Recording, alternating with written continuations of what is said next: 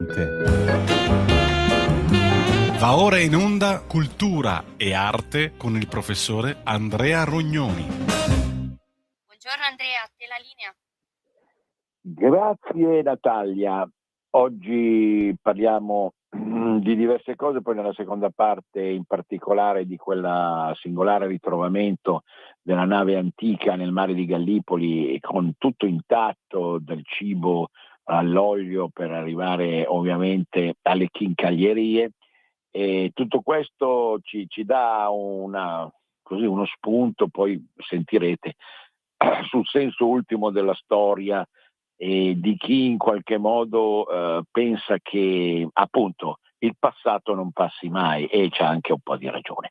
Ma prima con noi l'onore di avere lo scrittore lariano Paolo Gulisano, già molto noto a voi e comunque diciamo exemplum. Sai, parlare latino in questa radio può essere eretico, ma in realtà se parliamo di una lingua antica che può avere ancora il suo valore, ecco, senza esagerare, insomma, va bene la messa, diceva qualcuno. Paolo Gulisano, che è di sua natura versatile ma ha il dono della scrittura, quindi leggete i suoi libri, andate alla ricerca partendo da Google, anche poi del suo sito, andate a sfrucugliare tutto quello che è possibile su questo singolare fenomeno umano che appunto spazia dalla storia delle isole britanniche alle riflessioni sulla diciamo dimensione religiosa dell'esistenza, fino appunto a note che riguardano il federalismo e l'indipendentismo, mai dimenticate da questa Radio Libertà. Bene, allora oggi però vogliamo sentire qualcosa su una parte del mondo che per troppo tempo è stata negletta e dimenticata, la Groenlandia. Cosa ci racconti, Paolo? Allora, intanto buongiorno Andrea e grazie per l'ennesimo invito nel tuo salotto letterario culturale, dove fa sempre piacere essere presenti. Allora, sì, la Groenlandia adesso se ne parla molto, lo sappiamo, è finita sui giornali, al centro così del dibattito anche politico, internazionale, eccetera. Per me la Groenlandia è sempre stata, come dire, una terra estremamente affascinante, come un po' tutto il mondo del Grande Nord, quindi senza nessuna, come dire, senza nessun disprezzo per il Grande Sud, ma ecco, c'è chi viene più affascinato, attirato dal Nord, forse perché appunto sono anche un lettore di miti, di mitologia nordica, e poi mi ha sempre attirato questa idea dell'ultima Thule, l'ultima terra verso il nord, verso l'Artico. E quindi ho sempre un po' seguito i miti celtici, i miti scandinavi, e quindi via via su fino alla Scozia, fino all'Irlanda, e poi ancora le Orcadi, e poi le Shetland, e poi l'Islanda, e poi ancora più oltre questa terra misteriosa, misteriosissima, perché appunto è un'isola. La Groenlandia è un'isola ed è la più grande isola del mondo. Di solito non ci si pensa, ma la Groenlandia è un'isola a nord praticamente dell'Islanda. Voi pensate all'Islanda e già pensate il massimo del nord raggiungibile, invece c'è oltre qualcosa, c'è questa terra misteriosa con un nome paradossale, perché Groenlandia, Greenland, vuol dire la terra verde, e invece è una terra praticamente artica, subartica. È una terra enorme, un'isola enorme, perché praticamente è un'isola grande quanto tutta l'Europa occidentale, pensate quindi dal Portogallo fino alla Polonia, tutta questa terra, ed è abitata da soli 56.000 abitanti, quindi poco più degli abitanti della mia Lecco. La Groenlandia ha gli abitanti di Lecco più Malgrate, per chi conosce questa parte di Lombardia. Bene, quindi pensate una terra fatta di deserto, è un enorme deserto bianco. Ma perché si chiama terra verde? Beh, e qui anche qua è una cosa interessante, perché se è vero che attorno all'anno 1000, quando venne scoperta, venne chiamata con questo nome, vuol dire che allora era verde. Vuol dire che anche tutto il discorso sui cambiamenti climatici che sentiamo andrebbero un pochino rivisti, perché c'è stato sicuramente un periodo, proprio anche nel Medioevo, nell'alto Medioevo, fino agli inizi appunto del Medioevo pieno, in cui il clima è diverso. Ma appunto come viene alla ribalta, come viene conosciuta questa terra? Grazie a un grande vichingo che è appunto protagonista delle saghe, dei racconti, delle leggende, ma un personaggio realmente esistito, un re norvegese che si chiamava Erik il Rosso, per dire il capello della barba fulvi. Questo re era un re appunto vissuto nel X secolo, quindi siamo poco prima dell'anno 1000, un vichingo degno del suo nome, quindi anche feroce.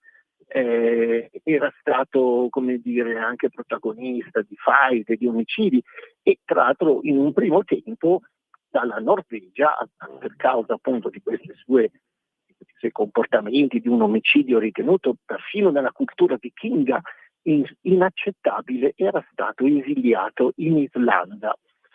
Poi anche lì commette un omicidio, anche lì considerato illegittimo, considerato non parte dei normali combattimenti, delle normali dinamiche tra capi anche dell'epoca, e viene mandato in ulteriore esilio e se ne va e arriva in questa terra, viaggia verso ovest e verso nord-ovest, insomma, seguendo anche lì leggende, appunto le famose leggende che parlavano dell'ultima Thule, cioè di una terra collocata il più a nord possibile, abitata dagli Iterborei, queste popolazioni appunto leggendarie. Bene, arriva in una terra, effettivamente percorre questa rotta marina e sbarca in questa terra, approda in questa terra in fiordi verdi e battezza questa terra Greenland, la terra verde. Qualche maligno sostiene che chiamandola in questo, che non fosse poi così verde, che fosse già ghiacciata, eccetera, ma quando poi al ritorno, qualche anno dopo, finisce il bando, era stato messo appunto al bando per questo suo omicidio, parla di questa terra e gli storici un po' maligni sospettano che volesse attirare una colonizzazione, volesse fondare un nuovo regno e avesse bisogno di persone con lui.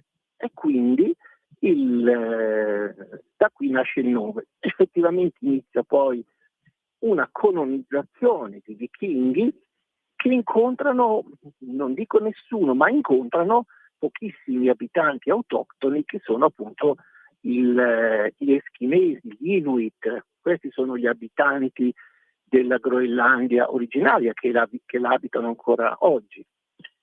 A un certo punto cambia ancora il clima e il clima diventa rigido, freddo, e anche dei vichinghi fanno fatica a vivere lì, poi a operare, a commerciare, quindi i vichinghi cessano un po' questa colonizzazione e la Groenlandia diventa terra di nessuno, in buona sostanza, terra di orsi bianchi, terra appunto dei nativi di questi Inuit che invece avevano da sempre la loro casa, la loro Heimat, la loro patria lì.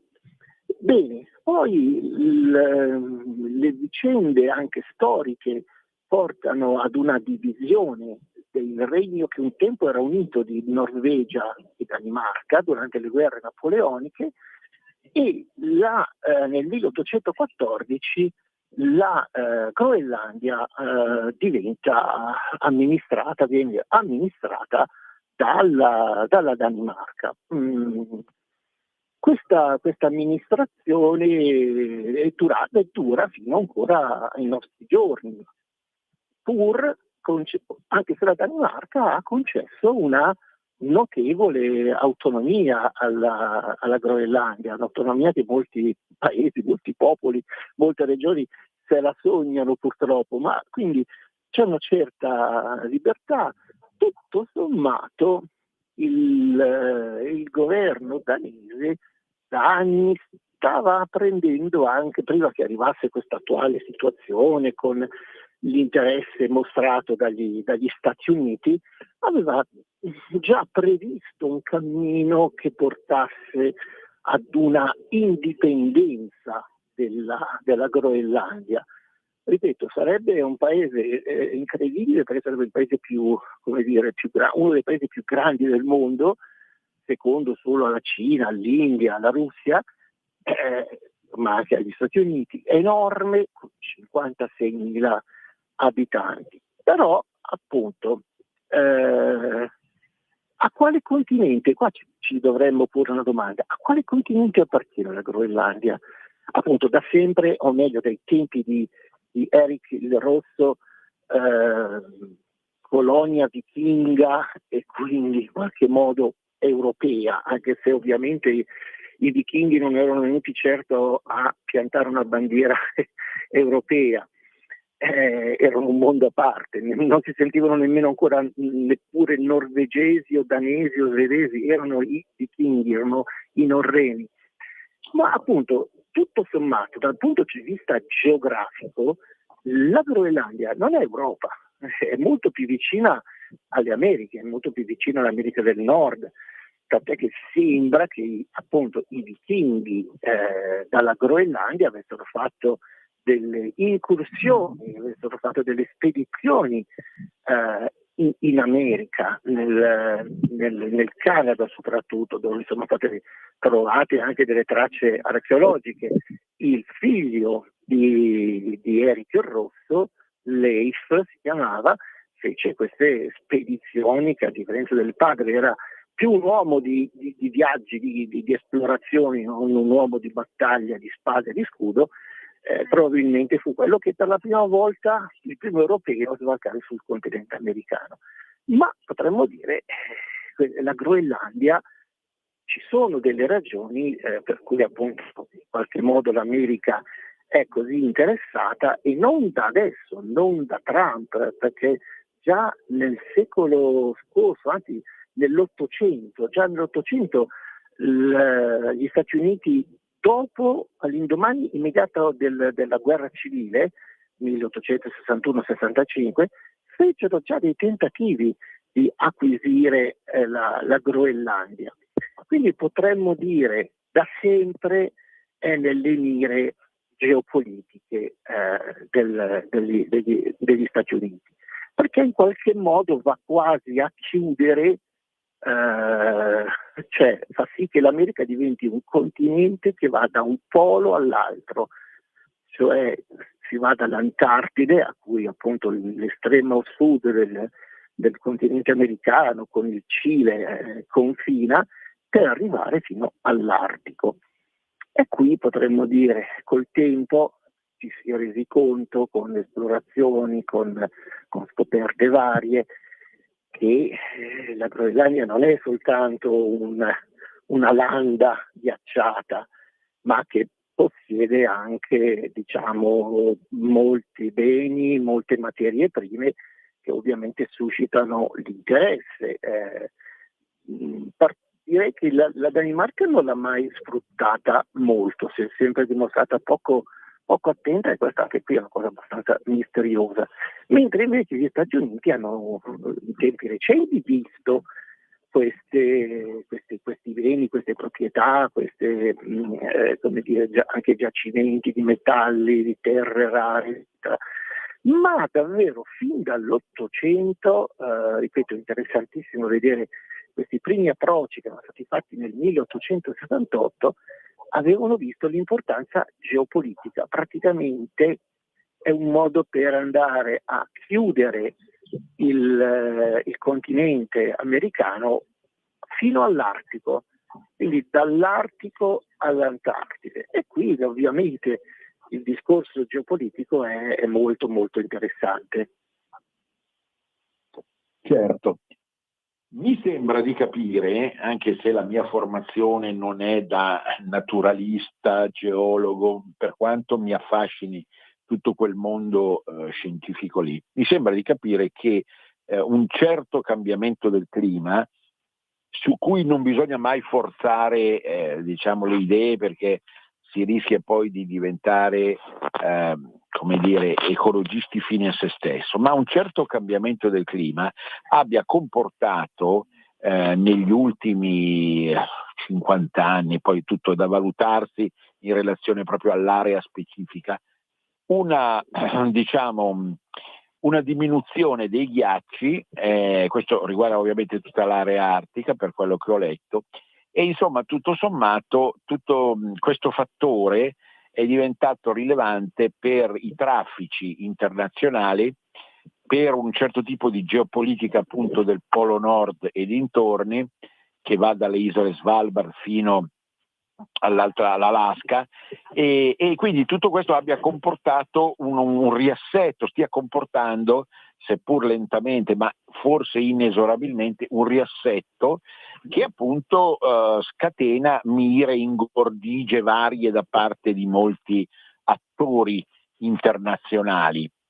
E allora se va avanti questo processo, diremo così, di disgelo, anche se questa parola è stata usata politicamente per la Russia e quindi siamo un po' abituati a guardarla con sospetto. Se va avanti invece un disgelo reale che comporta presumibilmente un ritorno più al verde che al bianco da parte della Groenlandia, e tenuto conto poi di tutto quello che noi sappiamo sulle risorse minerarie spaventosamente inesauribili di tutta quest'isolona, allora davvero lo scenario si sposta da altri contesti geografici e diventa a rischio dramma, a rischio tragedia, proprio in relazione al fatto che tu hai benissimo sottolineato c'è una realtà identitaria con caratteristiche e costumi. Io stesso feci una conferenza sugli Inuit 15 anni fa a Milano, che è particolare, molto particolare, ecco. E tutto questo quindi insomma può implicare davvero una serie di cambiamenti, mutamenti radicali che non si sa dove porteranno. Ecco, che idea ti sei fatta tu, Paolo, su questo? Beh sì, c'è un'altra cosa da dire, giustamente tu hai ricordato il cambiamento climatico che ha portato a un po' di scioglimento dei ghiacci e anche a questo punto alla navigabilità della zona, quindi significa che si può navigare e a questo punto, sempre da un punto di vista geopolitico, questo vorrebbe dire che ci potrebbe essere un accesso anche a, come dire, non solo alla Russia ma anche alla Cina, e quindi tutto sommato anche questo è una prospettiva geopolitica assolutamente interessante. Quindi la Groenlandia improvvisamente diventa protagonista. Io come sempre però direi, insomma, noi Andrea condividiamo una storia di autonomismo, di amore all'identità, alle piccole identità, alle piccole patrie. Io credo che il destino della Groenlandia dovrebbe essere lasciato anche ai propri abitanti, pur pochi, ripeto, 56.000 in un territorio grande come tutta l'Europa occidentale, ma io credo che ancora una volta, è chiaro che questo non lo vedete sui giornali, eccetera, eccetera. Voi sui giornali potete vedere Trump che espone le sue idee, la Danimarca, il re di Danimarca che dice la sua, eccetera, eccetera, la NATO che dice la sua, ma alla fine Cioè sarebbe bello, giusto, la posizione secondo me da sostenere è quella, l'autodeterminazione dei popoli, cioè voi abitanti della Groenlandia, Inuit, piuttosto che magari discendenti anche di vichinghi, di danesi, eccetera, che cosa volete essere? Volete essere americani, danesi oppure volete essere dei groenlandesi, quindi difendere la vostra strana, immensa patria? Patria nel senso appunto non del nazionalismo, ma proprio della terra dei padri. Tra l'altro chi vive in Groenlandia sicuramente non fa una vita facile, non è come vivere alle Baleari. Io, come dicevo all'inizio, sono affascinato dal Grande Nord, ma il Grande Nord vuol dire appunto freddo, ghiaccio, affrontare elementi, perché comunque in certe zone della Groenlandia si arriva a meno 60, 60 gradi sotto zero, vi rendete conto? Quindi è tutto un modo di vita diverso e quindi non deve essere, io mi auguro, vista solo come una terra da scavare, da tirar fuori tutte le terre rare, i beni preziosi, oppure porto militare dove costruire grandi basi navali, sottomarini, eccetera, eccetera. Ma io mi auguro che resti davvero una terra affidata proprio e custodita dai suoi abitanti. Poi, come dire, con una percentuale di abitanti sul territorio così bassa potrebbe essere anche, come dire, luogo oggetto di ulteriore colonizzazione, non nel senso brutto del termine, appunto non mi piacerebbe vedere arrivare migliaia di soldati né dell'una né dall'altra parte, però sarebbe bello che ci fosse gente che magari va a coltivare, va a produrre, va a far fiorire questa terra, soprattutto se davvero un eventuale cambiamento climatico la rendesse appunto una terra dove si possa lavorare più facilmente, perché comunque lavorare a 60 gradi sotto zero all'esterno non è proprio una cosa molto, molto facile. Quindi io guardo la Groenlandia come veramente una terra affascinante, una terra quasi magica. Provate a pensare il silenzio. 56.000 persone disperse su un territorio che va da Lisbona a Varsavia, 56.000 persone, quindi vuol dire anche terre di silenzio, terre dove l'uomo è più a contatto con la natura, ma quella vera, con la natura profonda. Ecco, quindi io veramente vorrei, quello che mi auspico, che in mezzo a tutte queste contese geopolitiche ci sia il rispetto per una terra a cui guardare non solo nella sua importanza strategica, ma appunto come una grande terra che ci ricorda anche forse com'era il mondo agli inizi. In fondo può essere davvero vista come la memoria del mondo antico, dove c'era appunto una densità di popolazione bassissima, dove l'uomo faticava davvero per strappare alla terra le poche risorse per sopravvivere. Quindi in fondo la Groenlandia è un po' anche la memoria, è un po' la nostra storia e non va dimenticata. Quindi io auspico, come dire, una soluzione per il futuro di questa terra, perché sicuramente qualche cosa succederà,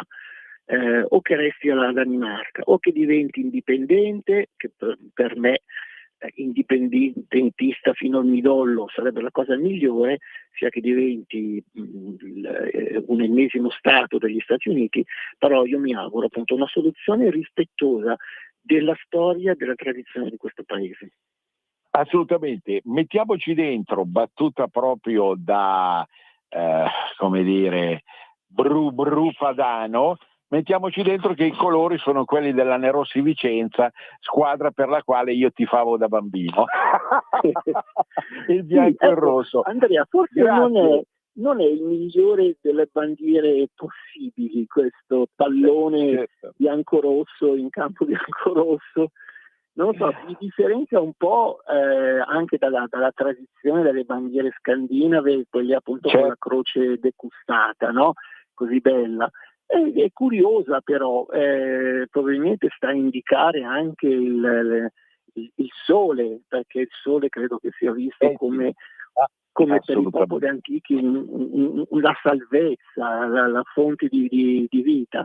È una bandiera curiosa, però ripeto, sono anche i colori delle Rossi Vicenza, squadra che anche a me è sempre stata simpatica, fin dai tempi di Paolino Rossi, e quindi Esatto. ben venga anche questa bandiera. Grazie Paolo, grazie del tuo intervento prodromico ad altri di sicuro molto presto. Un grande abbraccio, a risentirci. Arrivederci Andrea, arrivederci, a risentirci a tutti i nostri ascoltatori. A presto. Ciao.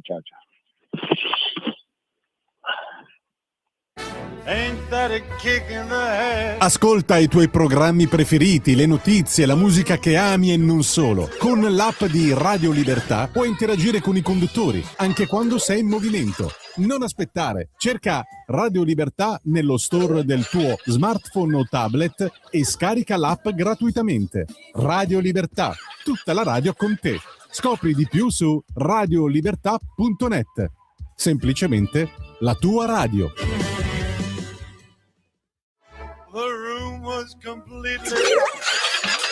Stanco di perderti i tuoi programmi radiofonici preferiti? Vorresti la tua musica, le tue voci amate sempre con te, ovunque tu vada?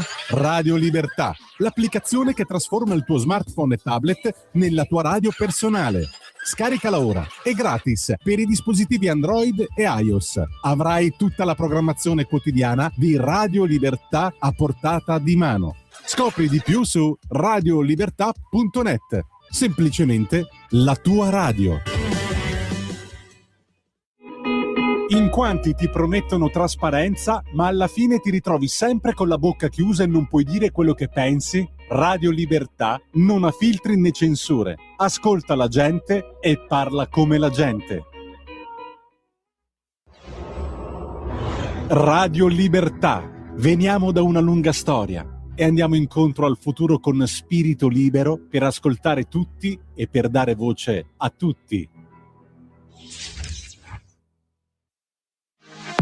Per la tua pubblicità visita il sito radiolibertà.net. Di nuovo a te la linea, Andrea. Grazie. Allora entriamo in un altro discorso più vicino alla nostra sensibilità del nord prima, ma poi anche per il resto d'Italia e il Mediterraneo, perché parliamo di un compleanno che non è a cifra tonda, ma sicuramente interessante. Sono passati 173 anni dalla nascita della scapigliatura. Che cos'è la scapigliatura? La scapigliatura è un fenomeno letterario, in parte anche artistico, sì, letterario e artistico, cioè ci furono dei poeti, scrittori, narratori, drammaturghi ma anche dei pittori, prevalentemente lombardi, ma anche piemontesi e veneti, che vissero tra gli anni 50 e gli anni 90 dell'altro secolo ancora, cioè fra 1850 circa e 1900. Il fenomeno io l'ho trattato spesso, più che in radio, su alcuni quotidiani, fra cui a suo tempo La Padania. Mi ricordo dedicai una pagina intera proprio a questa meraviglia della letteratura italiana, perché cosa successe? A partire appunto da quel fatidico 6 febbraio del 53, che corrisponde anche ad una ribellione del popolo nei confronti di chi lo governava, in quel momento gli austriaci, ma poi vedrete che appunto la scapigliatura diventa anche diciamo una forma di orgoglio tipicamente padano. Insomma, a partire da quel momento ci fu un fiorire di espressioni creative che partivano da una base esistenziale molto tipica, cioè uno stile di vita da bohemien. Molti di questi scapigliati furono indigenti, poveri indigenti, condussero uno stile di vita un po' sgangherato, dandosi ad alcuni vizietti anche che possono essere riassunti in forme di alcolismo da una parte, dall'altra appunto una forma di protesta che andava contro chi? Ma contro tutta una serie di istituzioni, fra cui anche il nascente Stato italiano. Quindi ecco che specialmente ai tempi di quello che insomma è stato considerato il leghismo 1.0, tutto questo attrasse la mia attenzione e comportò la presa di coscienza che insomma fin da allora, fin da 170 anni fa e soprattutto verso i 150-130 anni fa, si era generato un moto d'orgoglio da parte del Nord che non si riconosceva pienamente, soprattutto a livello di cultura, ecco. Non si riusciva pienamente nelle leggi e nelle forme espressive dello Stato. Intendiamoci, alcuni di loro erano anche produttori di lingua e cultura in senso dialettale, ma la maggior parte era comunque orientata all'uso della lingua italiana, il che non li pone come protagonisti di serie B, ma sicuramente dà loro diciamo così, la coscienza della volontà di compartecipare attivamente a un nouvelle vague nazionale, ma dove in qualche modo venisse rispettata ogni parte effettiva della nazione, che è il discorso che ancora noi oggi facciamo a Radio Libertà. Non è l'unico taglio che diamo alla questione sociale e politica, per carità, ci sono tanti altri risvolti, però sicuramente importante. Queste poesie, queste liriche, soprattutto i racconti degli scapigliati lombardi, milanesi, sono delle opere d'arte, nel senso alto del termine. La scapigliatura è stata molto rivalutata, soprattutto a partire dagli anni 60-70 del secolo scorso, nel 1970, perché si è capito che il loro modo di scrivere e di guardare il mondo comportava una nuova impostazione della vita letteraria che approderà nel corso del Novecento a personaggi straordinari come Gadda e Pasolini. L'orientamento era quello appunto di riuscire a combattere delle istituzioni scontate e anche lo stesso Manzoni o il manzonismo, visto come dire,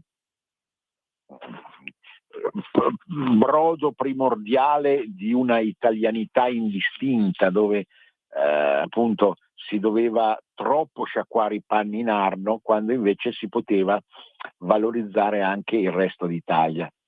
Ma poi in generale ci sono degli spunti interessantissimi dal punto di vista della vita amorosa, sentimentale, di quello che può essere la società di allora, soprattutto della Milano di allora. Quindi noi siamo qui a celebrare questo compleanno non senza orgoglio e non senza un'attenzione particolare a tutto quello che ancora oggi in qualche modo discende dalla scapigliatura. Vi ho parlato di antimanzonismo, ma io non condivido un antimanzonismo d'emblée, vedo in Manzoni luci ed ombre. Ieri una cara ascoltatrice genovese mi ha mandato un brano tratto dai Promessi Sposi, La famosa madre di Cecilia, assolutamente commovente. Paradossalmente quel brano il più vicino un po' allo stile Scapigliato, perché vedete, noi non siamo tutti d'un pezzo. Ciascun autore, ciascun artista, ciascun drammaturgo, cineasta è fatto di tante sfaccettature, e quando lo stesso Manzoni diciamo non salutava tutti col sorriso aperto, rimaneva un po' ingrugnato, lo faceva pensando forse anche a quello che lui sosteneva, certo, un'Italia libera, ma quale Italia? Non pensate che Manzoni non si ponesse queste domande? È giusto andare a ricercare a Firenze la vera lingua, ma allora poteva scattare già in lui, ma sicuramente Cattaneo la pensava similmente, o anche altri che vennero dopo. Perché non fare Firenze capitale d'Italia anziché Roma? Ma questa è soltanto una parte di una faccenda complessa, complicata, che certamente anche questa radio, ma tanti altri hanno cercato di solvere. Certo, lo Scapigliato fu anche artista, fu anche bohemien, nella misura in cui egli amava la vita, perché la vita va vissuta in ogni attimo, per ogni goccia che scende dal cielo, e oltretutto la scapigliatura non è neanche quell'espressione anarcoide più di sinistra che c'era contro tutto e tutti. Era qualcosa che scavava nell'animo umano per riuscire a comprendere che cosa vale la pena veramente disseminare nel mondo. C'era perfino un afflato religioso, c'era la volontà di riuscire a salvare i veri deboli, che spesso e volentieri non sono quelli che appaiono di più al centro dell'attenzione, sono nascosti e umili e devono essere in qualche modo salvati. Viene in mente anche sicuramente il discorso che farà Primo Levi nel Sommersi Salvati, e via dicendo. Naturalmente io poi appunto ne ho trattato anche nelle Muse del Nord, l'ultimo mio libro uscito, che chi ancora non avesse a disposizione può richiedermi sempre appunto al 333 3836 198, 333 3836 198, gratis et amore Dei. Ma a parte questo, che cosa rimane oggi sicuramente di quella realtà? Rimane il fremito appunto di un orgoglio di tutte le regioni d'Italia, che devono essere riguardate e riviste alla luce appunto di tradizioni, gusti, orientamenti specifici. Rimane la capacità di aderire alle richieste ultime del cuore umano, che non è fatto solo di adesioni a religioni ufficiali o a orientamenti politici d'amblè. È fatto di una, permettetemi, raffinata, pur di origine popolare, ma raffinata e inesausta volontà di vivere, appunto, quale poi in Germania nello stesso periodo Schopenhauer e Nietzsche seminavano dal punto di vista filosofico. Adesso passiamo a quella nave. È stata scoperta una nave romana, di struttura romana, probabilmente dei primi secoli, probabilmente del III secolo d.C. Dove è stata scoperta? È stata scoperta nel Golfo di Taranto, davanti a Gallipoli, non lontano da Gallipoli. Chi è stato nella zona, chi è stato a Gallipoli, sa che si possono godere dei tramonti straordinari.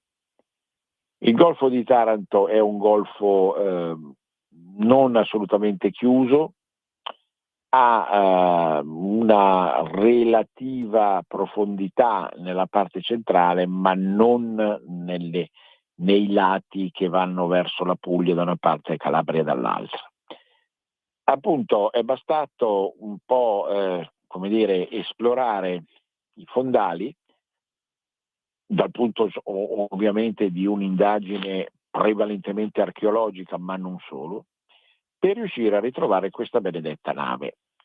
La lunghezza è di circa 20 metri, quindi non una nave enorme, ma neanche piccolissima, che è conservato dopo quanti?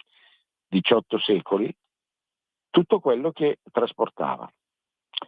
Anfore meravigliose, perché io ancora una volta quando visito un museo e vedo un'anfora dell'antichità, sia un'anfora più vicina alla sensibilità etrusco-celtica che è quella orientale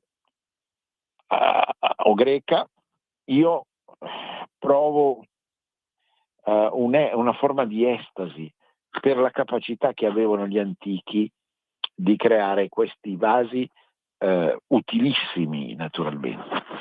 Ma ancora più sconcertante che è rimasta intatta, diciamo, tutta la sezione della nave che trasportava olio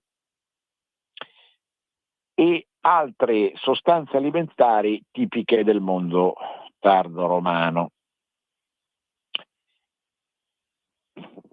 Verrebbe da dire quasi, adesso ci mettiamo a mangiare quello che è stato fatto 2000 anni fa, perché insomma sembra ancora lì pronto da mettere in tavola. Incredibile, incredibile. Poter tornare indietro di così tanto tempo e rendersi conto di quelli che erano i gusti alimentari, ma anche un po' estetici, delle popolazioni di allora. Abbiamo detto una nave romana, ma non nel senso che partiva da Roma, ma era di costruzione stile romano, naturalmente, quindi adesso poi andrà identificata meglio l'origine. Però siamo certi che simili scoperte ci inducano a riflettere su un fatto. C'è qualcosa nell'universo che riesce a persistere nonostante il tempo. E non è soltanto una questione di ricerca archeologica, è una questione di constatazione di forze, energie, elementi, fattori, gusti, umani ed extraumani, che riescono appunto a sconfiggere l'usura del cronometro. È straordinario tutto questo. Perché al tempo stesso noi crediamo e vogliamo essere moderni, supermoderni, vogliamo cambiare le mode, vogliamo, come si dice, risultare alla page, ma in fondo siamo ancora ancorati, no, a quel famoso, l'ho già detto, passato che non passa, che persiste e lì a dirci siamo votati all'eternità, siamo in qualche modo votati all'eternità. Questo è un messaggio che soprattutto un grande poeta come Ugo Foscolo, nato il 7 di febbraio, aveva trasmesso nei suoi scritti e soprattutto nei sepolcri. Che cosa aveva detto Foscolo? Attraverso le tombe, ma non solo quelle certamente, ma in maniera più perentoria, artisticamente elevata e spiritualmente elettiva, attraverso le tombe, i sepolcri, se ben curati, noi riusciamo a percepire questo senso di eternità, perché c'è qualcosa che non muore mai. Moriranno forse, certo lo dice all'inizio, no? Dei sepolcri, moriranno i nostri corpi, moriranno gli imperi, le nazioni, moriranno le mode appunto di ogni genere, ma qualcosa riesce a persistere. Perché persiste, dice Foscolo. Foscolo, ricordiamo sempre, greco-veneto, comunque il cognome tipicamente dell'area Chioggia-Venezia. Perché devono persistere? Per dirci qualcosa, per insegnarci. L'insegnamento non è soltanto una funzione umana. Io l'ho gestita per una quarantina d'anni alle scuole superiori. Ma l'insegnamento arriva da qualcosa d'altro anche. Certo, per chi ha gli occhi per vedere, naturalmente. Per chi non cede alle foglie transeunte che riguardano lo sport, lo spettacolo, la politica spicciola. E qui appunto si inanellano le due sostanze, quella educativa e quella della vera politica, che ci insegnano quanto in fondo noi non siamo figli solo dei nostri padri, dei nostri nonni, delle nostre madri e delle nostre nonne, ma siamo figli di qualcuno e qualcosa che è vissuto lontanissimo nel tempo e che nel tempo ancora riesce a resistere. Guardate quell'olio profuma ancora dell'atmosfera di 2000 anni fa. Certo, ce n'è ancora di olio per chi lo vuole consumare. Ci sta arrivando anche da zone che non sembravano vocate all'olio, adesso lo sono. Ma quell'olio che persiste da millenni è la forza stessa della natura. Cosa c'è di più suadente, invadente in senso buono, golosamente percepito come l'olio? L'olio ci dice che attraverso la vegetazione noi possiamo continuare ad alimentarci, appunto. L'olio è il passare del tempo stesso, che non passa come l'acqua troppo veloce, ma passa più lento, appunto, come l'olio. Di navi noi ne abbiamo viste tante. Mi viene ancora una volta in mente la nave forse finalmente intercettata dopo 100 anni, quella di Nievo, che ritornava dalle due Sicilie, dalla Sicilia dopo l'epopea garibaldina. Si parla di assassinio verso Nievo perché sapeva troppo. Ippolito Nievo, Le confessioni di un italiano, un altro libro imperdibile. Quindi Manzoni, Gli Scapigliati, Le confessioni di un italiano. Non privatevi di questa cultura che sembra stantia, ma come quell'olio che trapassa attraverso i secoli è ancora lì a raccontarci le nostre radici. Non per risucchiarci verso il passato, ma per aprirci nuovi varchi verso il futuro. Un futuro possibile che è fatto di libertà e di identità.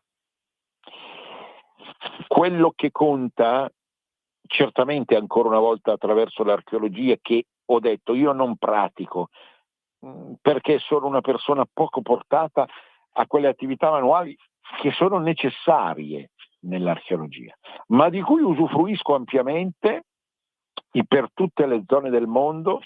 Penso che ce ne sia anche in Groenlandia di archeologia possibile, buona da andare a scoprire, perché mi fa capire non solo gli usi e costumi di una volta, ma anche che cosa quegli usi e costumi hanno tramandato all'attualità.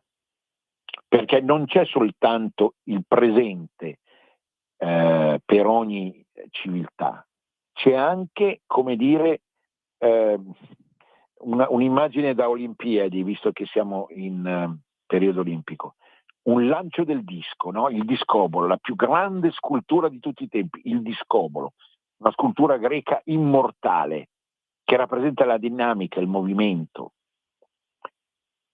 Quel passato non è statico, quel passato era già dinamico. Cerchiamo di essere ancora noi dinamici per fare sì che il futuro possa in qualche modo prepararci davvero al meglio. Ancora una volta la scoperta in fondo al mare, come la scoperta in altri contesti orografici, fluviali, eccetera, eccetera, ci dà la possibilità di capire che l'umanità non ha fatto le cose a caso, che il caso non esiste, che siamo dentro una filiera lunghissima sulla quale continuare a meditare per capire veramente il senso ultimo delle cose. E il senso ultimo è perfettamente riassunto così: Venezia risorga Venezia per sempre. A risentirci. Avete ascoltato Cultura e Arte con il professore Andrea Ruggiero.